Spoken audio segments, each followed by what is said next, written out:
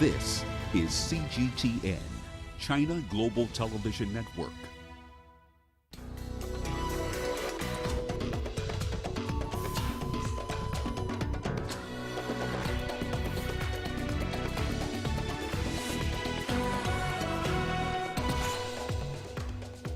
South African researchers say vaccines and prior infections have seen new COVID cases there remain largely mild. Some Tunisians protest as their country marks anniversary of 2010 uprising. And UN agency says clashes in Cameroon's north have displaced over 100,000 people. Hello and welcome to Africa Live, only on CGTN. I'm Mahia Mutua in Nairobi. Here is Ramanyang with your business headlines. That's right, Mahia. Here's what's coming up in the course of the hour. For its last MPC meeting of the year, Egypt's central bank leaves its policy rates unchanged. And the ratings agency Fitch has upgraded its outlook on South Africa's economy despite the disruptions being caused by a surge in COVID infections. We'll have the details on those stories and lots more coming your way in the course of the hour. For now, let's start with the latest in current affairs with Mahia. Rama, thank you. We begin the top of the hour in South Africa, where the country's government believes that vaccines and high levels of prior COVID-19 infections are helping to keep illness caused by the Omicron variant wave milder. The country's health minister, while making the announcement, though, said scientists had advised that it was too early to draw firm conclusions. Here now is CGTN's Joy Kirukijuma with that report. South Africa has been the hardest hit by the coronavirus pandemic on the African continent. The detection of the Omicron variant in the country has not eased the burden. But early accounts suggest the variant is causing less severe illness than previous variants in the country. A record number of daily infections were reported in the country early this week. We believe that it might not necessarily just be that Omicron is less virulent, but we believe that this coverage of immunization, of vaccination, but also in addition, natural immunity of people who have already had contact with the virus, is also adding to the protection. That's why we see mild illness. 44% of South Africa's adult population has received at least one dose of COVID-19 vaccines. This is more than many African countries, but short of the government's year-end target. Michelle Groom from the National Institute for Communicable Diseases says there has been a slight increase in hospital admissions and deaths. But once again, this level is very much lower even than the baseline period we were seeing between the second and third waves, and slightly more increases in the public versus the private sector. Of course, it's early to look at severity and case fatality ratio data because we do know there is some lag between a patient being diagnosed and then having the final outcome. And so, of course, we require a few more weeks' data to really make pronouncements around severity and mortality. President Cyril Ramaphosa, who tested positive for COVID-19 on Sunday, is responding well to treatment the presidency has announced. Joy Kirukijuma, CGTN. Now, 98 countries have yet to meet the World Health Organization target to vaccinate 40% of people globally by the end of the year. United Nations Secretary General Antonio Guterres says the world cannot defeat the coronavirus pandemic in an uncoordinated way. CGTN's Joy Kirukijuma once again has that report. It is only days away from the global deadline to vaccinate 40% of people. Yet Africa has the lowest share of the population that is fully vaccinated, at just 7% according to the Africa CDC. This is a scenario that has the UN Secretary General concerned. At current rates, Africa will not meet the 70% threshold until August 2024. So vaccine inequity is giving variants a free pass to run wild, ravaging the health of people and economies in every corner of the globe. We cannot defeat the pandemic in an uncoordinated way. According to Guterres, vaccines alone will not eradicate the pandemic. Vaccines are averting hospitalization and deaths for the majority who get them and slowing the spread. But transmissions show no sign of letting up.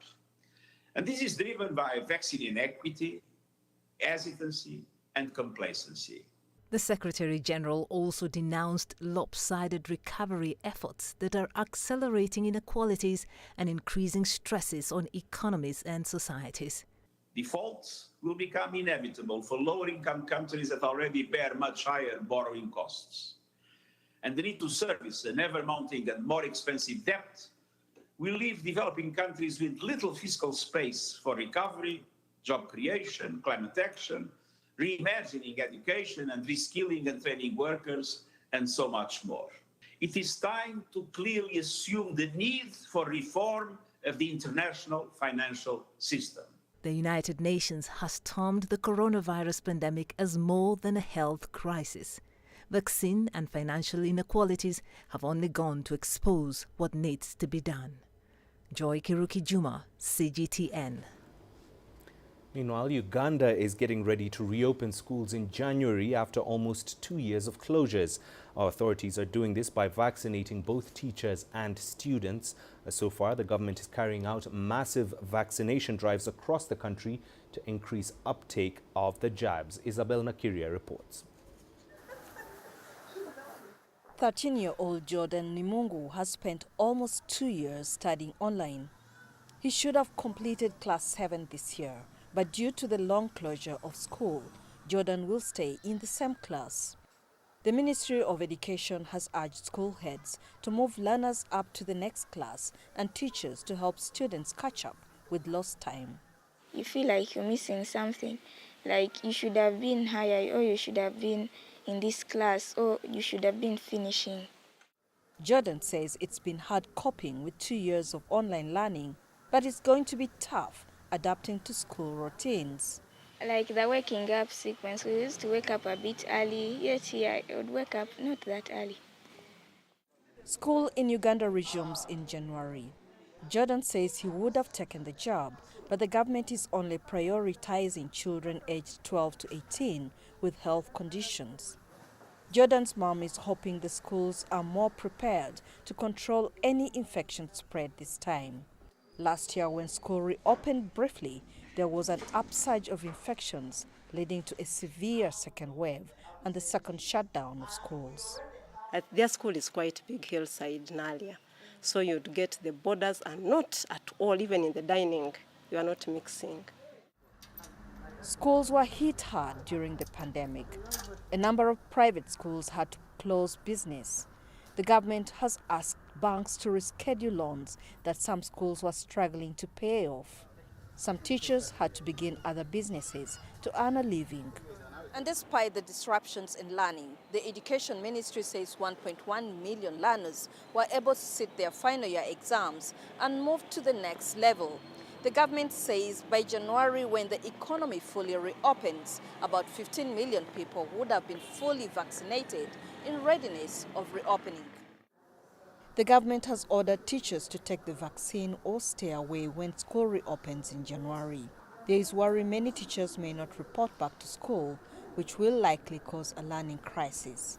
So far, teachers who have received their jobs are eager to resume teaching. I think they should be opened again because since we have taken the vaccine, I think now we are a little bit safe than before taking the vaccine. I think now we are safe. The Minister of Health says it has so far vaccinated close to 8 million people and has over 17 million doses in stock, enough to vaccinate its target population. Isabel Nakiria, CGTN Kampala, Uganda. Tunisians took to the streets of the capital city Tunis on Friday to protest against the president's consolidation of power. President Kais Saied announced this week that parliamentary elections will be held in December next year and that the freeze on parliament has been extended until the organization of those polls. Adnan Shawashi has the details. The capital city Tunis was paralyzed and thousands of policemen were deployed to secure government buildings and dozens of rallies in the capital city Tunis. Led by the national movement Citizens Against the Coup, thousands of civil society activists, former MPs, politicians, students and unionists marched to denounce what they describe as President Saied's power grip. We are protesting against illegal, undemocratic and unconstitutional coup made by the head of state. All political parties and public figures and organizations are saying together that this coup will not last.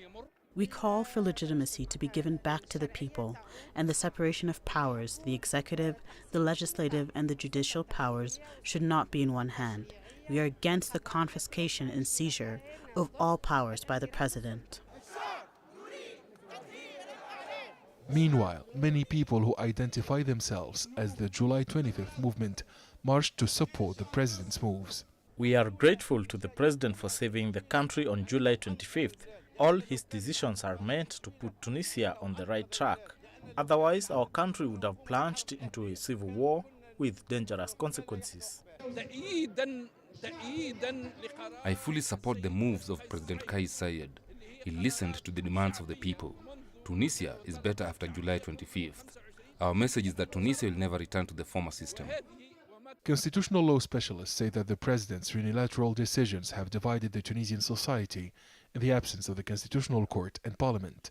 Experts have urged him to negotiate with all political and civil society powers before deciding his next move. The message of the masses is that the president should review his decisions.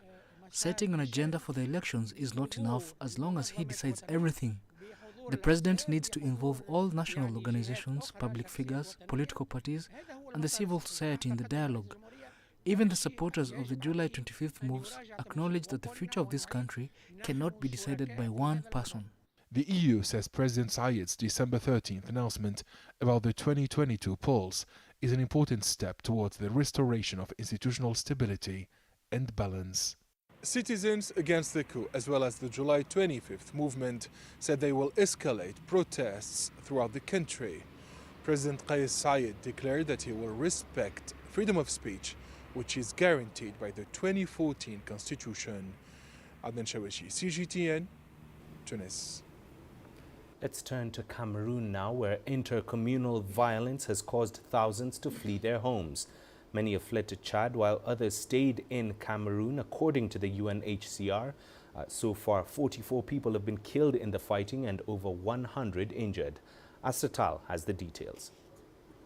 The fighting began earlier this month in northern Cameroon. Clashes erupted between farmers, herders, and fishermen over dwindling resources. The clashes initially broke out in early December, following disputes between herders, fishermen, and farmers over dwindling water resources. The climate crisis is, of course, exacerbating the competition for resources, especially water. The surface of Lake Chad has decreased by as much as 95% in the past 60 years. The conflict has led to at least 100,000 people fleeing from their homes. UNHCR estimates over 85,000 people have so far gone to Chad. Intercommunal clashes that erupted in Cameroon's far north region in the past 2 weeks have driven at least 100,000 people from their homes, although the real number may be much higher. We estimate that more than 85,000 people have fled into neighboring Chad in recent days, while at least 15,000 Cameroonians have been forced from home inside their country. Since humanitarian access in the area is very limited, these totals may in fact be much higher.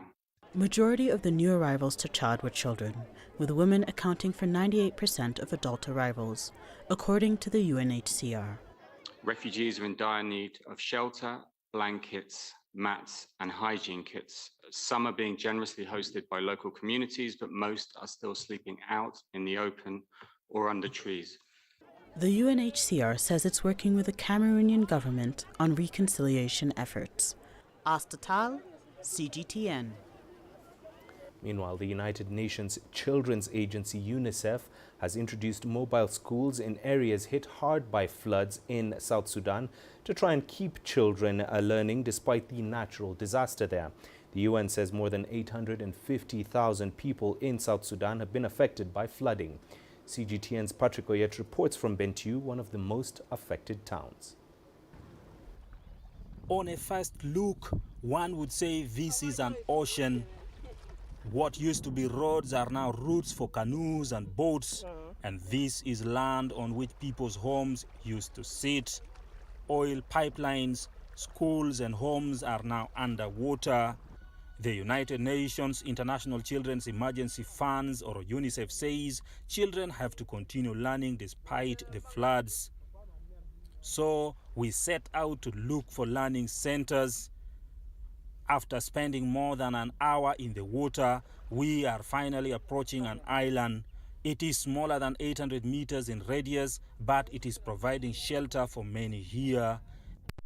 We meet Angelina Nyaker, a 17-year-old girl who has just joined school because UNICEF brought the school close to her makeshift tent. I urge my fellow girls to join school. Some girls are not in school because their homes are far away from school, but what I know is that if you miss studying now, you'll be forced to join school later.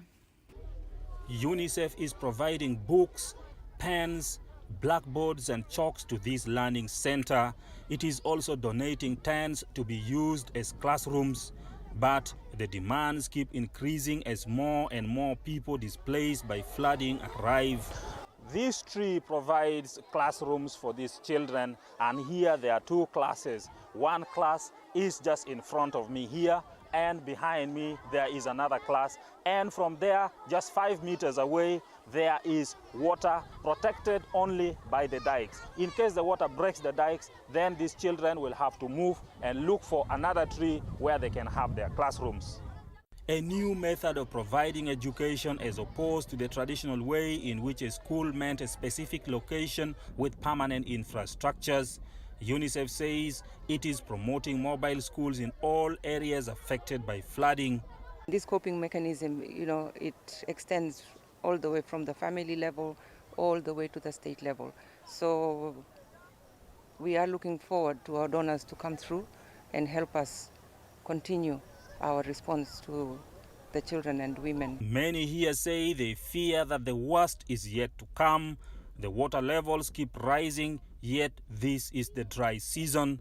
Rains are expected back in April, and the worry is that it will come and still find this water here, consequently worsening the situation. UNICEF says 70,000 children could be forced out of school by next year due to flooding. Patrick Koyet, CGTN, Bentiu, South Sudan. Well, it's time for us to take a short break. Here's what's coming up on Africa Live. 20 miners lifted from flooded coal mine after being trapped for almost 40 hours in North China. And investors and citizens hit hard as Ethiopia's war batters the economy.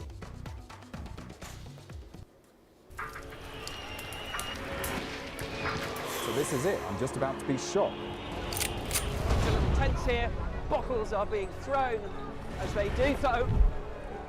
There are about 3 critical bridges here in Marawi. That's one of them. We're going to cross that bridge. As you can see behind me, police forces who are replying with gas.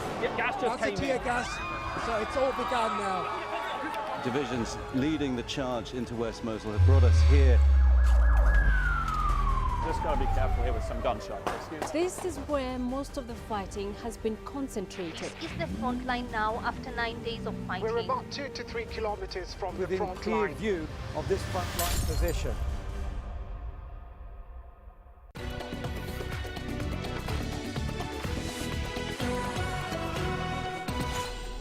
Welcome back and thank you for staying with us on Africa Live. Now, 2 people were found dead in a flooded coal mine in northern China's Shaanxi province. It all started in Xiaoyi city on Wednesday night. So far, 20 have been brought to safety. All have been sent to hospital for treatment. Rescuers are racing to free the last trapped miner. Over 400 personnel have been dispatched to the scene. Authorities are blaming illegal digging for the disaster. 6 suspects have been detained. The provincial government has sacked 3 city officials for neglect of duty. The State Council's Security Commission has set up a working group to help investigate the exact cause of the accident. Meanwhile, China is blasting the United States for violating free trade rules after Washington unveiled new sanctions on Chinese companies and research institutes. The Chinese embassy called the curbs unwarranted suppression and said Beijing would take action to protect the interests of Chinese firms. On Thursday, the U.S. Treasury put 8 Chinese companies on an investment blacklist, including top drone maker DJI. Washington accuses the firms of taking part in human rights abuses in Xinjiang. Separately, the Commerce Department is restricting exports to China's Academy of Military Medical Sciences, including institutes and dozens of companies. The department claims the entities have links to the Chinese military, which threatens U.S. national security. Beijing has slammed fresh U.S. sanctions against several Chinese firms over alleged human rights violation. A foreign ministry spokesperson says China will take all necessary measures to protect Chinese companies. Sun Ye has more. No countermeasure is off the table, said the Chinese Foreign Ministry on Friday in response to Washington's latest moves targeting Xinjiang. That include another slew of sanctions and the passage of the so-called Uyghur Forced Labor Prevention Act. China is dissatisfied with and opposed to this. We urge the U.S. to immediately correct its mistake. We'll take all necessary measures to resolutely safeguard the legitimate rights and interests of Chinese institutions and companies. Also this week, Xinjiang government spokesperson Ilijiang Anaye said the region has never been afraid of sanctions and will resolutely fight back against what he calls rogue practices and bullying from the U.S. Zhang Yonghe is a human rights scholar who spent much of the past 5 years studying labor conditions in the region. He said for what he knows, there is no such thing as forced labor. Out of respect for personal wishes, the government set up an employment assistance and training program. It should be said that it has achieved great results. Generally speaking, the situation is very good in terms of employment. As for the so-called forced labor problem in Xinjiang claimed by the United States, I can confidently say that none such thing exists. His team has spent time looking into Xinjiang's cotton industry, an economic pillar of the region that came under the spotlight earlier over labor claims.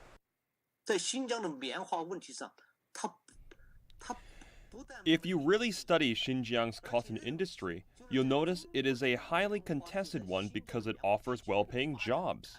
One can make 7,000 to 8,000 yuan per month, or even more, harvesting cotton. Zhang also warns that if U.S. sanctions on Xinjiang products, including cotton-related goods, push through, these actions would do more harm than good to the rights and interests of Xinjiang and its people. Sun Ye, CGTN, Beijing. Now, Hong Kong residents on Sunday will vote in their first legislative elections under the city's improved electoral system. Around 4.47 million people have registered to choose 90 lawmakers, 20 from geographical constituencies, 30 from socio-economic constituencies, and 40 from the election committee. Hong Kong's chief executive Carrie Lam says the city has worked to make sure voters know about the candidates and how to cast their ballots. She says Sunday's polls will feature broad representation, inclusiveness, and fair competition, and that election reforms have put Hong Kong back on track. And with just days before the vote, candidates are hitting the campaign trail. Yang Chengxi reports in Hong Kong. Candidate Gary Zhang started his weekend greeting residents in the New Territories North, one of the geographical constituencies with seats up for grabs in this year's Legislative Council election. This district is home to many who speak the Hakka dialect of southern China. In this district, it's actually quite diverse. Different people speak different languages. We also have young members from local villages. They can speak local language, local dialect. His next stop, the local subway station. In a 50-meter radius around me, I see as many as 3 campaign stations for different candidates, each equipped with posters and staff handing out leaflets. As polling day draws closer, candidates are sparing no efforts in trying to win the hearts and minds of voters. This year's Legislative Council elections are heating up because of the surplus of candidates for a limited number of seats. There are 10 geographical constituencies, each entitled to 2 seats, but there are anywhere from 3 to 5 candidates in each district. There are also 30 seats up for grabs in the 28 trade-based functional constituencies that represent professional sectors. All seats will be contested, unlike in 2016 when some were unopposed. Michael Lee is a candidate from the imports and exports sector, which is seeing competition for the first time in its history. My method is to visit them one by one. During this period, I visit like more than 100 voters, and using a pen to write down what they want and listen to them, what they facing the challenge, and then help them to fix it. By noon, Gary Zhang has conveyed his speech to constituents a dozen times. Critics of this election have said that enthusiasm for the polls, especially among younger voters, has been low. Recently, a lot of news coverage on the young voters. They are not so willing to vote this time. But I think that's exactly why we need to put more efforts on the young voters. With the polls just around the corner, candidates are giving their last push for voter engagement. The head of the State Council's Hong Kong and Macau Affairs Office, Xia Baolong, has said that the Legislative Council polls represent a vote of confidence in the Special Administrative Region's implementation of the one country, two systems principle. Yang Chengxi, CGTN, Hong Kong. Turning to the UK now, where Boris Johnson's party has suffered a humiliating defeat in a local election.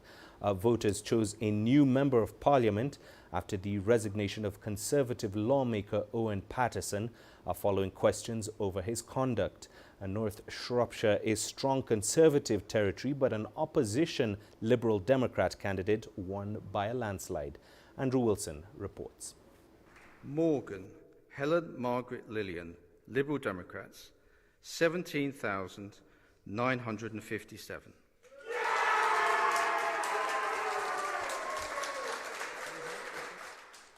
Shastri Hurst, Neil, the Conservative Party candidate, 12,032.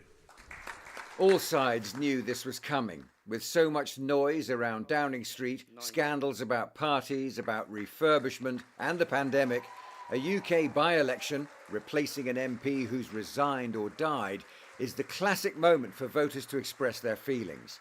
And in North Shropshire, safe Conservative country, it was thumbs down for Boris Johnson. Tonight, the people of North Shropshire have spoken on behalf of the British people. They've said loudly and clearly, Boris Johnson, the party is over. Miles away in London, Mr Johnson was meeting the Australian Prime Minister, but no one's talking about trade deals today. It was the losing candidate who got the difficult questions. We're 11 years into a Conservative government. By-elections are never an easy thing to do. That's not the reason for this, though, is it? Well, it's the sleaze and the scandal. If you let me finish your question. But of course, we do need to reflect upon the result, and I'm sure as a party we will do that. The government for now can only wince and apologise, while its enemies push them to consider a new leadership. Voters in North Shropshire were fed up, and they gave us a kicking. And I think they wanted to send us a message. And I want to say, as chairman of the Conservative Party, we've heard that loud and clear. I think Conservative MPs will be very alarmed by this result because these were lifelong Conservatives, dismayed at Boris Johnson's lack of decency, saying they don't like him, they don't want him. And so, you know, I felt for a long time, I felt that he's not fit to lead our country. And I think more and more people now who used to trust Boris Johnson no longer do. But the Prime Minister still has a large majority and is not without friends. His strategy will be to press on and hope for better times. But then Omicron is coming. Andrew Wilson, CGTN. Ethiopia's year-long civil war has come at a huge human cost, with thousands killed, millions displaced, and many in desperate need of assistance. But that's not the only damage being done to Africa's second most populous nation. The war has had a huge impact on the economy that could take years to repair. When Prime Minister Abiy Ahmed took office in 2018, Ethiopia was one of the world's fastest growing economies. His pledges to open up one of Africa's last untapped markets thrilled investors. But a year of war between the government and rebellious forces from the northern Tigray region has damaged government plans to modernize the economy and also resulted in a warring humanitarian crisis. The situation is most acute in the Tigray region, where 5.2 million are at risk, along with over 500,000 in Afar and 3.3 million in Amhara. Far from the fighting, inflation, which has topped 33%, is hitting the urban poor, especially in the capital. The merchants keep increasing the price, citing the conflict as a reason. It is hurting us, destroying us. They claim there is a shortage of grain and no imports. So by referring to the conflict as a reason, they keep increasing the prices. Prices just keep increasing. We used to purchase corn for 7 birr per kilogram. Today it is 28 birr, just 2 birr shy of 30. Rice used to be 13 birr a kilogram. Now here it is sold at 40 birr, even 42 at some places. According to the International Monetary Fund's World Economic Outlook published in October, Ethiopia's economy was on track to grow by just 2% this year after constantly topping 10% before the COVID-19 pandemic. The Ethiopian government, however, does not agree, projecting its own growth of 8.7% for the fiscal year ending in June 2022. Officials have accused Western media of exaggerating the war's impact. Ethiopia is a very strong country. We're talking about a conflict in one part of the country, but the rest of the country is thriving as we speak. This notion that the whole country is collapsing, that there is serious problem of security, is a hysteria that is created by the Western propaganda. Ethiopia is one of the 3 African nations that applied for debt structuring under the G20 Common Framework designed to provide relief to poorer nations. But progress reworking the external debt has been slow. Foreign investors had hoped that Abiy's economic reforms will ease foreign exchange shortages. Instead, they have worsened since the war erupted.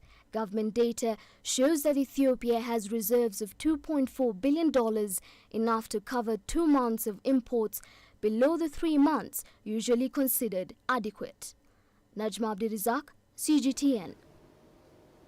Well, it's just about time for the business news. Rama's back in studio with the latest. Thank you very much, Mahia. Here's what's coming up in business.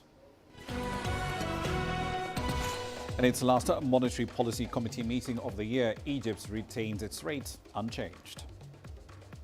And the ratings agency Fitch has upgraded its outlook on South Africa's economy despite disruptions caused by a surge in COVID infections.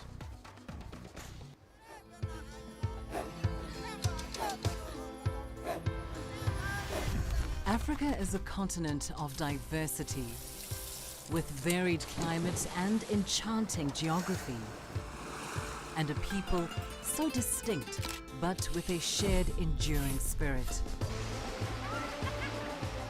We are at the heart of the continent to bring you the untold stories. Let's have a look. We celebrate Africa as it shapes its own destiny. Tunis, Cairo, Syria, Juba, Johannesburg, Ethiopia, Tanzania. Africa Live. Find your voice.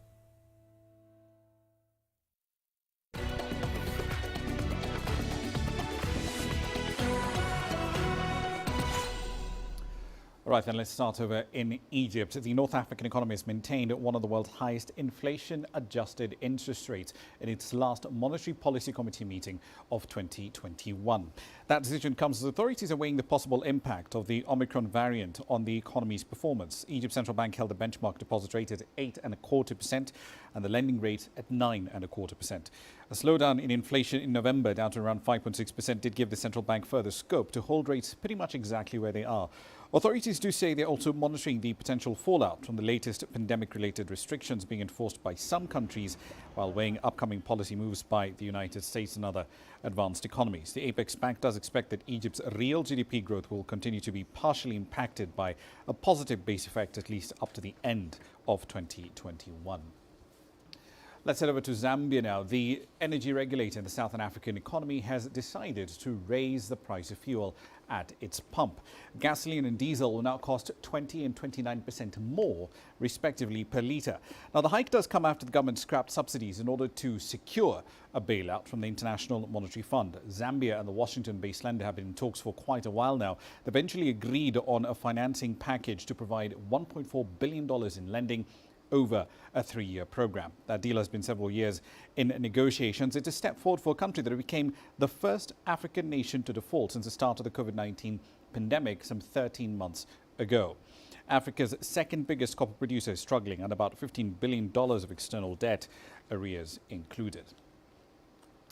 Some positive news also in the Southern Africa region. Fitch Ratings has changed its outlook on South Africa to positive from negative. It views it as it being rather stable moving forward. Now, that comes as the nation is struggling with economic damage being wrought by a fourth wave of COVID-19 infections.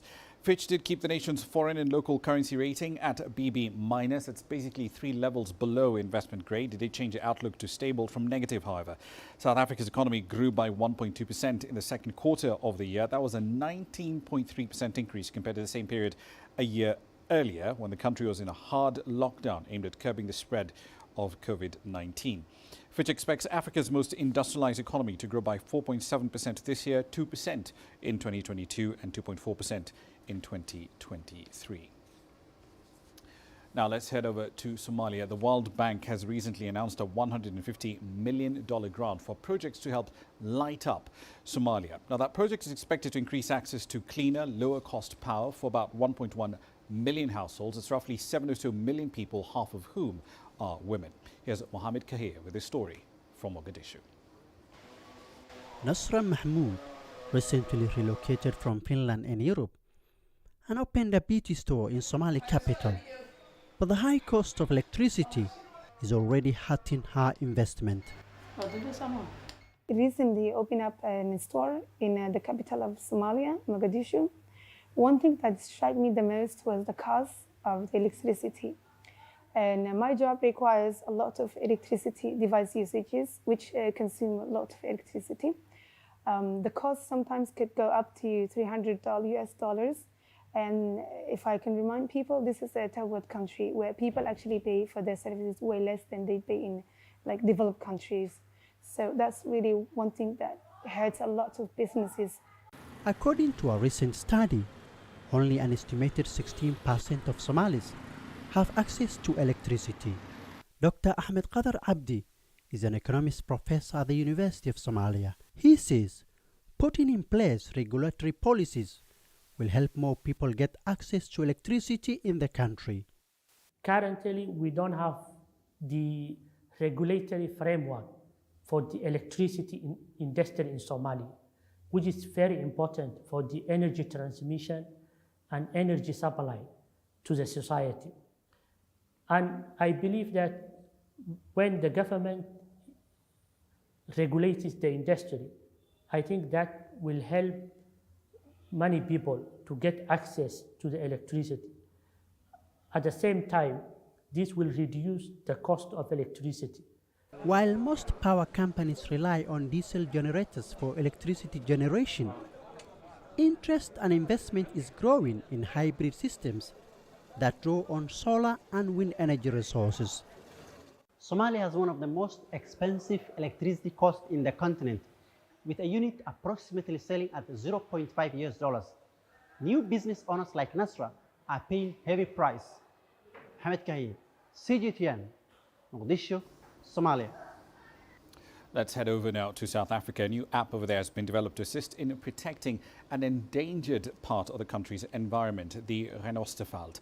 Now, the Global Overberg app has essentially utilized satellite imagery and machine learning to inform authorities when people essentially encroach on this particular endangered habitat. So far, the app has produced encouraging results, which are encouraging assisting efforts to protect this particular habitat from extinction.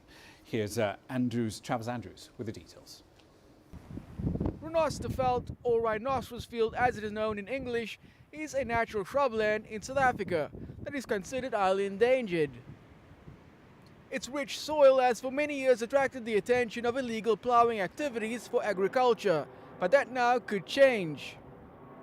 The global Overberg Renosterfeld Watch app was developed using satellite imagery and advanced algorithms to give authorities an eye in the sky to keep track on illegal ploughing activities. We've developed this app in partnership with, in close collaboration with the Provincial Department of Environmental Affairs, who are in charge of law enforcement in this area. And so we've been working closely with them and passing on information when we detect that there has been land habitat loss. Renosterveld, which was once grazing land for large mammals such as the black rhino, has now turned to wheat and canola fields in the Western Cape. Using satellite imagery to build a solid legal case against the illegal destruction of Renosterveld is what underpins the app, because the environmental stakes are high. Almost 95% of its natural extent has been lost. In the past few decades, it's been converted to agriculture. So the few bits that remain have an incredibly high abundance of plants that are threatened with extinction, perhaps the highest concentration of plants threatened with extinction anywhere in the world. It is estimated there remains just 30,000 hectares of Renosterveld left in South Africa, which are located in small pockets of land dotted around the country. The fertile soils of the Renosterveld have seen this habitat cleared for farming over the past 3 centuries. Just fragments still survive. These are the most marginal habitats from a farming point of view. There are many lands even that have been farmed, which farmers will still tell you are marginal and should never have been ploughed. So anything that's viable economically is gone. For now, conservationists say while the app is very helpful, it is working in partnership with the landowners that will likely yield the best results when it comes to saving this endangered natural heritage. Travis Andrews, CGTN, Cape Town. Away from the continents now, the United Kingdom and Australia have now signed a free trade agreement. It is the first post-Brexit trade deal created from scratch that the UK has signed. And Australia's trade minister is calling it the most comprehensive trade deal with the UK outside of the one with New Zealand. Greg Navarro has the details from Sydney. It really focuses on what it says it does, trade, and it essentially wipes out 99% of the tariffs or taxes on all exported and imported goods. To give you an example, that's about 10 billion Australian dollars worth of money for Australian exports and 200 million Australian dollars on UK imports. It will also increase the age limit for working holiday visas from 30 to 35. That applies to both countries. It also gives people from both countries the opportunity to live and work in the other country for up to 3 years. Now, this trade deal goes into effect in July of next year. It's really a big deal. It's not only kind of ceremonial, but also it'll have a real impact. You have to remember that Australia, when it dealt with the UK in the past, it had to deal with the European Union, known for extremely high tariffs on agricultural products to protect farmers within the European Union, but it certainly hurts farmers and agricultural producers in other countries, particularly in Australia. In many cases, it really wasn't worth trying to forge those markets. That changes now, so that's huge for Australian beef producers as well as the rest of Australia's agricultural sector. Wine exporters from this country also hugely benefit. Essentially $40 million in tariffs are wiped out as a result of this deal. And also Australian service exports. Now that's something that's really big, not talked about as well. They have much better access to the UK market and points beyond the UK as well, and that's worth billions of dollars. The UK's or Australia's trade minister called this the most significant and comprehensive trade deal with the UK that's been signed to date outside of New Zealand. Into the world of aviation once again, the Dubai-based carrier Emirates has received the last of the Airbus A380 Super Jumbos that it had on order, the 123rd aircraft of its kind in its fleet. Now, the delivery effectively caps a historic run for this wide-body giant aircraft, the first newly designed aircraft for the 21st century, as it were. Airbus announced back in 2018 that it will stop making these birds. Emirates agreed at the time to get 14 more A380s from 2019 to the end of 2021, and then ordered 70 smaller A330 and A350 jets as well. Now, while production of this distinctive double-decker has come to an end, Airbus will still continue to service the jet. In standard configuration, it carries around 545 passengers around the world, but in theory, if you really pad it out, just have economy seats all over the aircraft, you can carry over 850 people in the A380. I'll leave you there for the time being, but I'll be back at the top of the hour. In Global Business, we'll be diving back into the world of aviation. Relatives of the victims of two 737 MAX crashes are asking a court in the United States to effectively rescind Boeing's prosecution immunity. They're arguing that the US government lied and violated their rights through a secret process that was part of the $2.5 billion agreement that was announced back in January. So what exactly is going on here, and does Boeing face the threat of essentially being on the hook for liability yet again? We'll explore that live from New York at the top of the hour. See you then. For now, back to Mahia. Rama, thank you. Well, stay with us here on Africa Live. There's plenty more still to come, including COVID fatigue plagues South Africans as holiday season kicks in.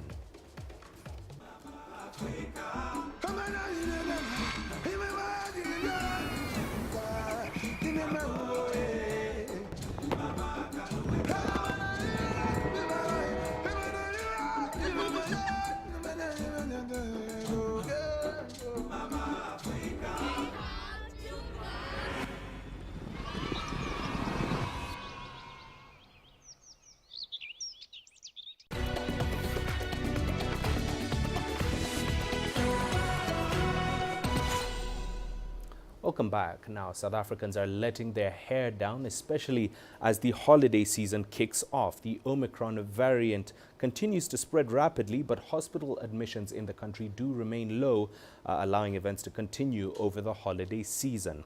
The Johannesburg Zoo's Light Festival has remained a popular event among patrons and brought some relief from depressing COVID-19 headlines. Julie Shire has the story.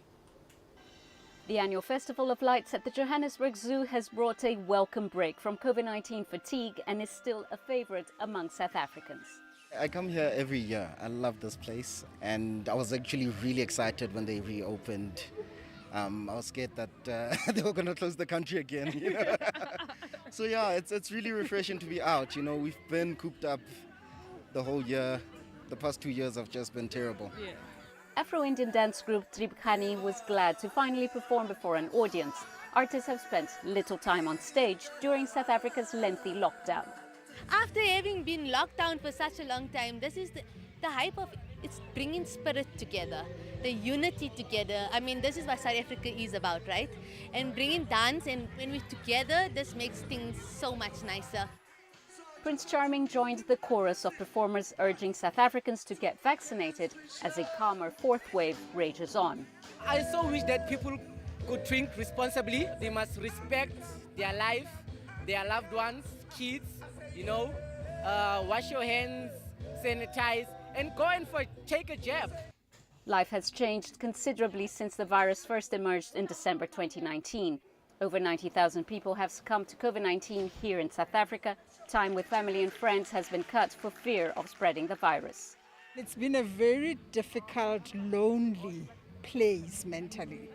And as much as there was a lot of reflection, but there was a lot of loneliness. So coming out here and being able to be around people and just being able to know that you are safer outside, actually, it's a blessing. We hope and pray with God's grace that things will change, and we just hope for the best. That's all we can think of, you know. Thank God that we see each and every day.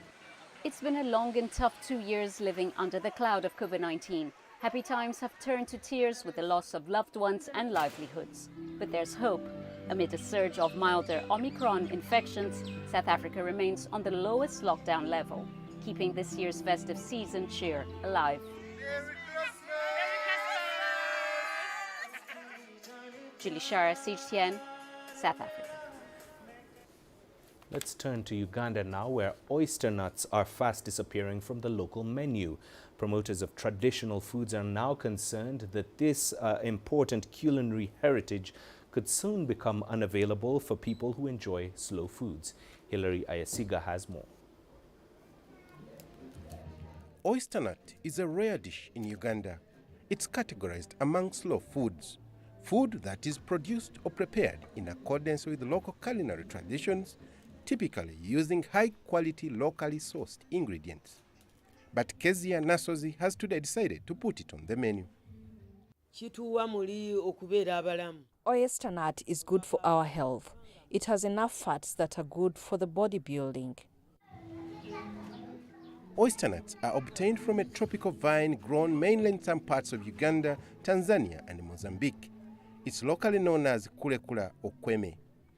But to get it served, Kezia has to crack the nut first, roast and pound it into paste. It takes about an hour to get ready.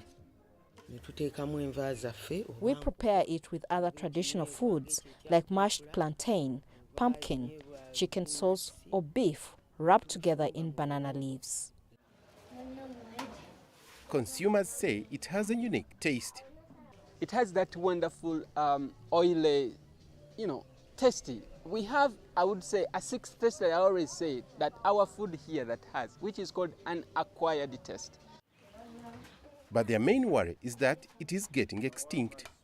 This belongs to us. So oyster nut is undergoing extinction and we are on the campaign to bring it back into the ecosystem because it benefits it. According to Slow Food Cooks Alliance, the nuts are no longer being sold on the local market. They blame the limited supply of oyster nuts on replacement by substitutes and also low rate of germination. For a healthy diet with much needed nutrients, nutritionists advise that people should at least have a taste of oyster sauce once a week. Doctors say the nuts contain important vitamins that can boost body immunity.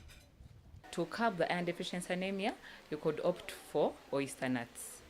And then the other nutrient that you may lack and vitamin D. We have vitamin D that helps for strong bone formation. If you're lacking vitamin D, your bones will be weak. So you can get vitamin D from oyster nuts. Slow food promoters are now pushing to have oyster nuts served regularly on the local menu. We have like events that are called Foodwise, in which people come and learn. They get that knowledge of all their food. So they see oyster nut and they say, I know it, and I'm getting surprised now. So how do I do about it? So this is how we are bringing it back. But for chefs like Kezia, it's an opportunity to serve more traditional dishes like oyster nut. Hilara Yesiga, CGTN, Kampala, Uganda. Well, it's time for us to take a short break. Here's what's coming up. The Confederation of African Football adamant that the Africa Cup of Nations will go ahead as planned.